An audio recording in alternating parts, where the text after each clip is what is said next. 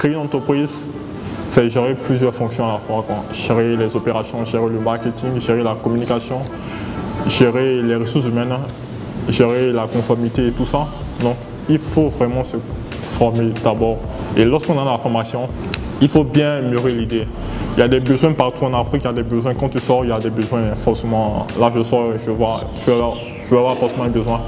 Mais je veux dire, il n'y a pas de clients partout. Donc, il faut bien mûrir l'idée, voir s'il y a des clients et voir si ces clients-là sont prêts à acheter notre solution également. Dans un contexte politique apaisé et une croissance de presque 8% en 2016, la Côte d'Ivoire est un terreau propice pour les initiatives privées. Ainsi, selon le CPC, le Centre pour l'investissement en Côte d'Ivoire, 12 166 créations d'entreprises ont vu le jour en 2016. 5 jeunes entrepreneurs qui se sont lancés récemment dans des secteurs d'activité aussi variés que le service, l'aviculture, le coaching, le maraîchage, la transformation et la distribution illustrent cette dynamique. Ces secteurs, ils les ont ciblés par passion souvent, mais aussi après des constats pertinents sur leur environnement économique. Éric Vianney-Aka a toujours voulu devenir entrepreneur. Son diplôme de marketing en poche, il se lance rapidement, mais essuie quelques revers dans sa démarche entrepreneuriale. En 2016, il persiste en créant la marque Épices Moulues avec un capital de départ, ses économies, de 100 000 francs CFA. Il faut dire que ce projet-là part des nombreux scandales qu'il y a eu en Côte d'Ivoire, surtout dans le domaine alimentaire. Donc nous avons connu l'épisode des pâtes d'arachide mélangées aux alvéoles 2. Et après celui-là, nous avons connu aussi les épices, le piment par exemple qui était mélangé avec la poudre de cola. Donc la population demandait également des produits de qualité et c'est à ce besoin-là que nous avons voulu répondre en proposant des produits de qualité qui sont conditionnés, transformés dans des normes de qualité et d'hygiène. C'est dans la commune de Yopougon, à Abidjan, que Éric Vianney-Aka a établi ses locaux où il conditionne les épices. Sa gamme compte actuellement une quinzaine de références. La distribution est encore un peu confidentielle, destinée principalement aux particuliers, mais d'autres débouchés sont en prospection. Omar Mazaleh a choisi Bingerville pour installer sa ferme. Ce jeune homme déterminé à réussir, fondateur de Volaille d'Or, est le type même du jeune diplômé en management débordant de projets. Nourrissant une passion pour l'élevage hérité de son père lui-même éleveur, c'est tout naturellement qu'il se lance dans l'aviculture dès 2013, avec beaucoup d'enthousiasme et une certaine impréparation. J'ai lancé ma première exploitation avicole à Abata avec 700 poussins. Il faut dire que ça n'a pas été facile parce qu'il y a eu beaucoup de difficultés qui se sont ressenties dans un premier temps par la méconnaissance du marché de la volaille, parce que je pensais qu'une chose était de produire et une chose était donc de pouvoir vendre. Et au lieu de 45 jours, j'ai fait 3 mois. Plus le poulet est dû dans le bâtiment, plus tu es obligé donc de pouvoir les nourrir. Et avec un capital d'1 million de francs CFA, je me suis retrouvé pratiquement avec la moitié de mon investissement. On ne vient pas dans l'élevage parce que je veux venir dans l'élevage. Tu ne peux pas avoir des activités de bureau et tu viens dans l'élevage. Tu investis et les animaux sont en brousse et toi, tu es au bureau. Non, là, ça ne marche pas. C'est ce que je vais faire comprendre.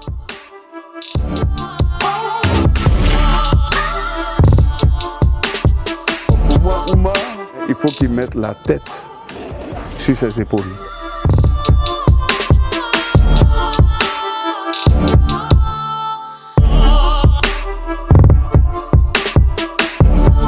Donc après cet échec-là de 700 poussins, je ne pouvais plus vraiment me lancer dans la production. Donc il fallait que je fasse ce que nous, on appelle l'achat et la revente. Donc j'achetais, j'allais sur des fermes, à pied, à Bingerville, à Abata, un peu partout. C'était vraiment des moments très difficiles pour moi. Et il fallait donc que je parte négocier avec certains fermiers, il fallait que je négocie le prix, il fallait que je les transporte souvent dans des sachets parce que je n'avais pas encore de véhicule, je n'avais pas de moto, c'était vraiment difficile. Et par la grâce de Dieu, j'ai pu donc développer un portefeuille clientèle Et ce portefeuille-là m'a permis, quelques mois après, de pouvoir lancer encore une vente de 2500 shares. Et qu'est-ce que nous avons fait? Nous avons essayé de proposer vraiment des produits de qualité, accessibles et à moins de coûts. Au jour d'aujourd'hui, je crois que, franchement dit, il comprend mieux et il sait ce qu'il veut. Aujourd'hui, nous avons une production donc, au niveau des poulets de chair qui avoisine entre 6 000 et 12 000 têtes, bien sûr selon les périodes, parce qu'il y a des périodes de vaches maigres, il y a aussi des périodes de vaches à lait. Mais la production déjà moyenne tourne autour de 8 000 têtes que nous produisons par mois. Pour un chiffre d'affaires donc de 126 600 000 francs réalisé en 2016. La filière avicole, selon le ministère des Ressources animales et halieutiques, affiche un chiffre d'affaires de 250 milliards de francs CFA pour 2016. Avec 22% du produit intérieur brut, le secteur agricole est une des richesses du pays. Conan Angerman Kombu a choisi l'agriculture vivrière. Ce jeune informaticien de formation n'est pas propriétaire de terre, mais l'accueil chaleureux qui lui a été réservé à Camille, Zata et Thibissou lui permet de développer un projet humainement ambitieux.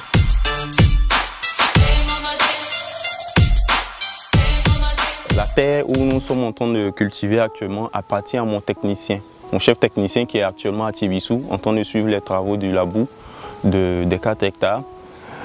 Les terres lui appartiennent et quand je suis venu lui proposer le projet, j'ai voulu un tant soit peu louer la terre avec lui. Il m'a dit non, que je cherchais quelqu'un même pour m'aider à mettre en valeur. Donc on peut travailler ensemble. C'est comme ça que c'est parti. Il m'a concédé tout ce qui est ici comme terre, même le bas-fond, près de 56 hectares de bas-fond. Nous allons faire du riz prochainement, voilà, à la 2e saison de riz, quoi. Nous allons faire du riz près de 56 hectares. En fait, si on me proposait de travailler à Abidjan avec le même rendement que j'ai ici, j'allais déjà refuser. Pourquoi? Parce que déjà, j'aime la chose. Et puis ensuite, ici, il n'y a pas de stress comme dans les grandes villes.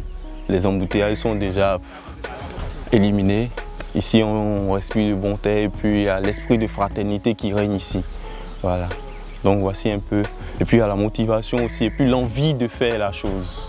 J'avais un projet qui visait à réinsérer le maximum de jeunes dans ce domaine qui est beaucoup négligé dans notre pays, comme si je peux le dire ainsi.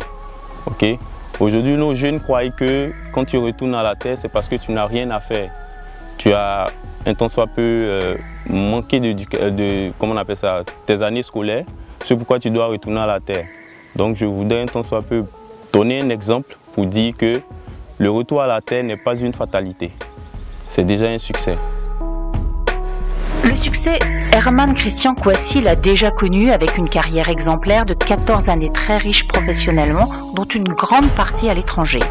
Il décide de rentrer en Côte d'Ivoire pour mettre à profit son expérience en management commercial, analyse financière et stratégie d'entreprise.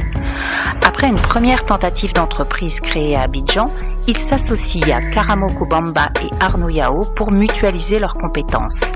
Ensemble, ils lancent un incubateur, c'est-à-dire une structure aidant les jeunes entrepreneurs à démarrer leur activité. Donc un incubateur, pourquoi? Pour permettre aux entrepreneurs issus de la diaspora de pouvoir avoir un pied-à-terre en Côte d'Ivoire et aussi aux entrepreneurs locaux de pouvoir être accompagnés, de pouvoir être financés dans la recherche du financement de leurs projets et surtout de permettre à ces entrepreneurs-là, à un moment donné, de pouvoir rêver et de pouvoir croire en leurs projets. Notre business model a été de se dire comment trouver des partenaires, donc des fonds d'investissement crédibles, intéressés par l'Afrique. Donc de cette idée-là, on a rencontré pas mal de fonds d'investissement, on leur a présenté notre idée et avec ces fonds d'investissement, on a décidé de savoir quel était leur cahier de charges, comment est-ce qu'ils finançaient des projets sur l'Afrique, pourquoi est-ce qu'ils les finançaient et après cela, on a lancé des appels à projets. On prend tout type de projet, mais aussi, pour nous, il y a 2 critères qui sont fondamentaux. C'est l'innovation et après, il y a l'impact. L'impact pour nous, c'est quoi? L'impact pour nous, c'est effectivement lorsqu'on crée l'entreprise, quel est le nombre d'employés sur le long terme qu'on va pouvoir embaucher, quel est l'impact aussi bien environnemental, sociétal. Voilà, c'est toutes ces composantes-là aujourd'hui que nous, au sein de Incubivoire, nous regardons pour accompagner un porteur de projet. Aujourd'hui, lorsqu'on regarde l'écosystème ivoirien, on se rend compte qu'il y a beaucoup de porteurs de projets qui sont dans le domaine de l'agro, parce que la Côte d'Ivoire est un pays agricole. Et nous avons effectivement décidé de faire de ce secteur-là un levier de croissance pour la plupart de ces jeunes-là en quête d'emploi. Donc aujourd'hui, Incubivoire a en son sein 2 porteurs de projets qui sont sur des domaines de l'agro, un autre porteur de projet qui est sur le secteur du textile, et un 4e porteur de projet qui est dans le domaine de la mode. L'objectif pour Incubivoire est de pouvoir accompagner, en les encadrant et en les conseillant, une dizaine de projets dans les prochains mois. L'innovation technologique comme levier au développement à des critères de sélection de Herman Christian Kouassi, c'est aussi le défi que souhaite relever Kevin Cissé. Fondateur de la plateforme monartisan.ci, Kevin Cissé part d'un constat simple. L'artisanat représente une part importante de l'activité économique, mais les revenus perçus sont faibles et les artisans ne sont pas toujours visibles. De leur côté, les clients ont parfois du mal à trouver des professionnels compétents. L'outil numérique permet de connecter artisans et clients à tout moment. Et Kevin entend bien surfer sur la vague Internet. Il faut dire qu'il y a 3 ans, 4 ans de cela, le taux de pénétration d'Internet en Côte d'Ivoire tournait autour de 4%, 5%. Et aujourd'hui, il est, je crois, à 33%. On voit le gap en juste 3 ans, 4 ans. Donc nous avons voulu miser sur l'avenir. C'est pour ça que nous avons choisi le canal de numérique. Et nous pensons que les usages vont s'améliorer. Et nous avons également la classe moyenne africaine qui commence à monter. Donc nous misons surtout sur l'avenir, sur ce potentiel-là. C'est pourquoi le numérique est aujourd'hui le moyen le plus facile de pouvoir atteindre cette classe moyenne-là qui est connectée. Cette classe moyenne-là dont fait partie des jeunes qui ont fait les études à l'extérieur, des jeunes qui ont quand même des niveaux d'éducation convenables, élevés et tout ça, et qui sont habitués à se connecter, à naviguer et tout. Donc nous avons choisi ce canal-là pour atteindre notre cible première qui était la classe moyenne. 40 artisans sont actuellement référencés et cette offre devrait s'étoffer dans les prochains mois. Kevin Cissé reconnaît avoir bénéficié de conditions favorables pour créer son entreprise qui fonctionne avec 5 personnes. Il a obtenu le prix d'excellence de la meilleure initiative numérique jeune en 2016, un prix doté de 10 millions de francs CFA. C'était un fonds d'amorçage bienvenu pour débuter son activité, car le financement est une problématique récurrente. Et les fondateurs d'Incubivoire, conscients que la préparation est certes décisive, mais également conscients que quelle que soit la valeur du projet, le financement est crucial, c'est d'abord lui qu'ils cherchent. Au niveau d'Incubivoire, on ne lance pas d'appel à projet en tant que tel. C'est-à-dire que sur la base d'un cahier de charges qui est établi ou préétabli par un fonds d'investissement avec lequel on travaille, nous allons justement sourcer des projets qui effectivement se rapprochent plus ou moins de ce cahier de charges-là. Donc dans notre philosophie, les porteurs de projets qui rentrent chez nous, notre objectif, effectivement, c'est qu'au final, ils puissent voir leur projet être financé par soit un fonds d'investissement, par une structure étatique qui aussi accompagne des projets sur la Côte d'Ivoire. Donc voilà un peu comment est-ce que nos projets sont sélectionnés, comment est-ce que nos projets sont sourcés pour effectivement entrer au sein d'Incubivoire.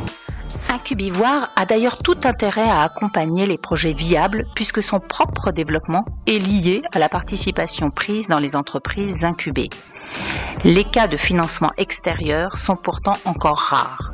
L'investissement de départ d'un jeune entrepreneur est en général sur fonds personnels car il est difficile de compter sur des financements extérieurs quand on débute. Il faut dire que l'environnement n'est pas vraiment propice pour nous, aviculteurs, Parce que lorsque nous échangeons avec les banquiers, les assurances, notre métier n'est vraiment pas connu. Et ce qui fait que c'est difficile aujourd'hui. Il n'y a pas une banque agricole ici dans notre pays. Il n'y a pas vraiment une microfinance dédiée particulièrement aux éleveurs et qui peut peut-être nous appuyer avec une ligne de crédit, etc. Donc c'est une activité qui est gérée comme ça et nous essayons quand même avec une rigueur vraiment de pouvoir essayer de fonctionner.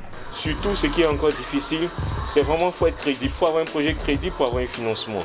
Et ce à quoi nous travaillons toujours en tant qu'entrepreneurs. Nous voulons montrer que nous avons des qualités et nous avons des projets fiables. Nous avons des projets viables qui ont besoin d'accompagnement, qui ont besoin d'être financés pour permettre également de réduire la pauvreté, qui pourront permettre également de réduire le chômage. Certaines activités dont l'agro-business ont connu des malversations et des détournements de fonds qui nuisent à la crédibilité du secteur et n'encouragent pas l'investissement. C'est vrai qu'il y a eu un peu d'échauffourée dans le secteur agro-business. Vous savez, en toute activité, il y a aussi des brebis galeuses.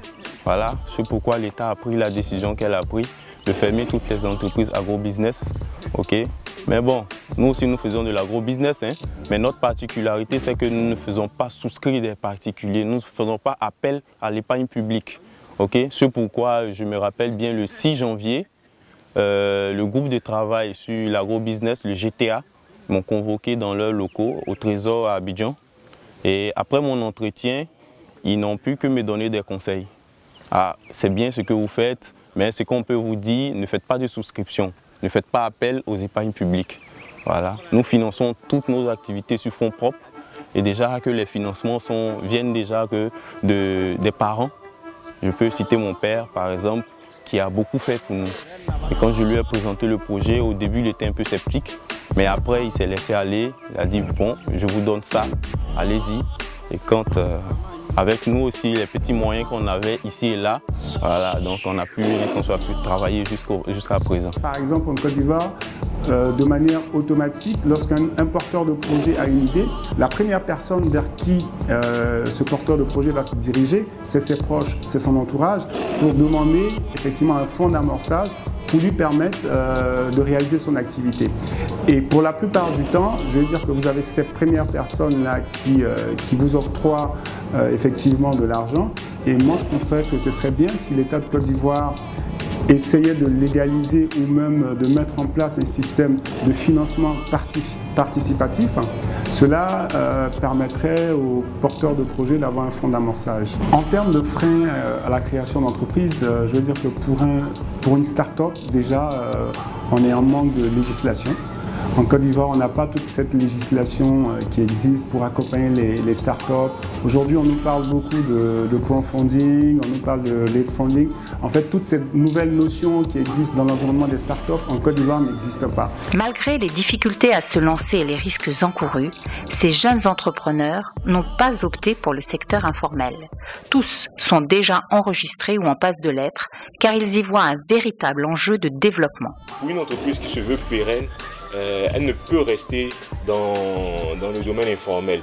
Parce que rester dans le domaine informel, c'est s'auto-éliminer des appels d'offres, c'est s'auto-éliminer de plusieurs marchés. Eric Vianney-Aka, comme beaucoup de jeunes entrepreneurs, a choisi le statut d'entreprise individuelle pour débuter.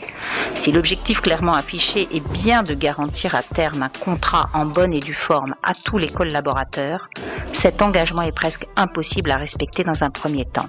Et ces aléas des débuts en découragent plus d'un. Bon, il y a beaucoup qui sont partis parce qu'on a essuyé pas mal un échec l'année dernière. Il y a beaucoup qui n'ont pas cru en la chose qui sont partis. Mais ceux qui sont restés, aujourd'hui, ont fait le sacrifice pour pouvoir s'imprégner de la chose et par la suite, ils auront des contrats bien signés, ils auront des avantages, etc. etc. Donc ici, dès qu'on finit des productions, on retire tout ce qu'on a investi et le reste, on se le partage équitablement. Voilà. Tout en faisant tourner la boîte, quoi. Il y a des marchés pour le vivrier en Côte d'Ivoire. Okay? Aujourd'hui, ça me fait mal de voir que tout ce qui est produit dans nos localités, à l'intérieur du pays, se retrouve forcément à Abidjan avant de revenir encore sur les différents marchés à l'intérieur du pays. Si déjà on arrive Déjà avec Abidjan, on arrive aussi à créer des points de stockage dans ces différentes villes-là. C'est sûr que nous arriverons à écouler tous nos produits sans problème. Acteurs de la vie économique et conscients de leurs responsabilités en tant qu'employeurs, on mesure en écoutant ces jeunes qu'être entrepreneur, c'est oser au risque parfois de changer ses propres conditions de vie. On imagine un chef d'entreprise toujours dans les bureaux, soit en train de signer des chèques ou ordonner à son personnel de faire ça et là. Mais moi, chef d'entreprise, je travaille également, je mets également les mains à la pâte parce que je conditionne, je transforme et parfois même je vais sur le terrain et je fais également le service après-vente. Aujourd'hui, j'ai dû laisser un CDI pour me mettre à mon propre compte en divisant mon salaire par 8 minimum, par 8.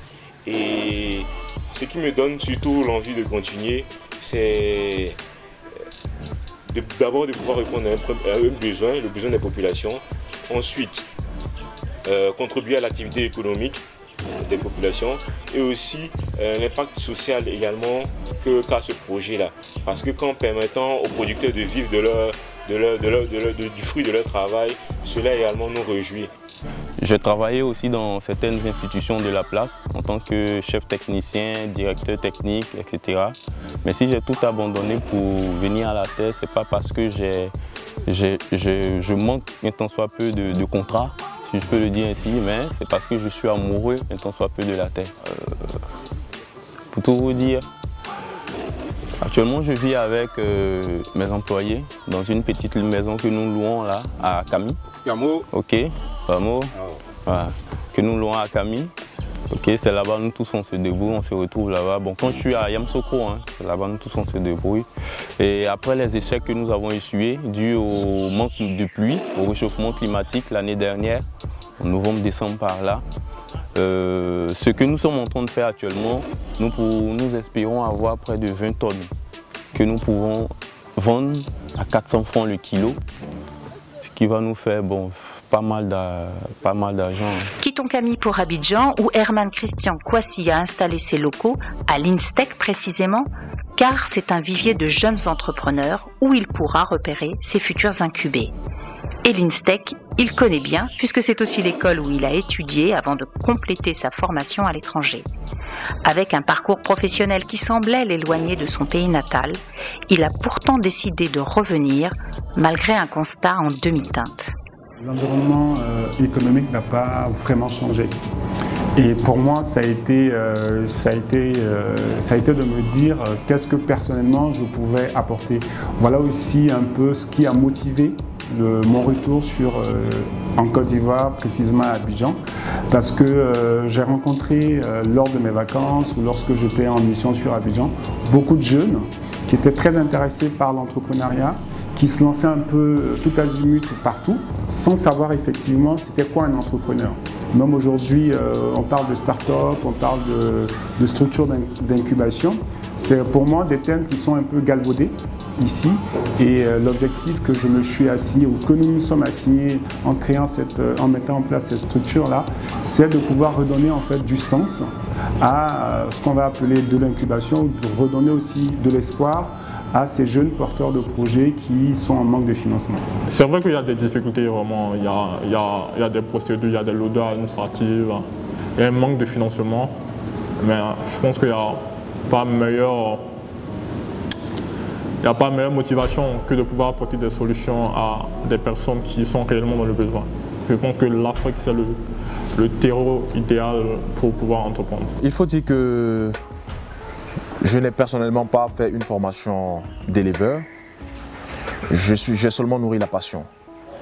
Et j'aime le dire toujours à mes collaborateurs, lorsque on a une vision, cela nous crée de l'ambition. Et lorsque nous avons une ambition, nous avons de la motivation. Et lorsque nous avons de la motivation, nous parvenons toujours au succès. Le conseil que j'aimerais adresser aux jeunes entrepreneurs africains, c'est vraiment de ne pas dormir sous les lauriers. Nous sommes vraiment dans un environnement très souvent qui n'est pas propice au développement de l'entrepreneuriat, mais il faut oser. Dans notre marche, on a beaucoup de difficultés. On peut tomber, j'ai tout perdu. Mais je me suis dit, il fallait que je réalise ce rêve. Déjà, pour donner un conseil à mes grands frères, à mes jeunes frères qui encore sont en quête d'emploi, qui ont des diplômes et qui ne trouvent toujours pas d'emploi, je peux leur dire de s'investir déjà dans le secteur agricole. C'est un secteur qui est porteur, qui ne trahit pas son homme, mais qui n'aime pas la tricherie. Voilà. Le secteur agricole, c'est un secteur qui ne trahit pas, mais qui n'aime pas la tricherie et qui nourrit son homme. Okay? Donc, j'exhorte tous ces jeunes-là à se lancer dans les domaines agricoles parce que c'est le seul secteur aujourd'hui qui peut employer, qui peut résoudre le problème du chômage des jeunes.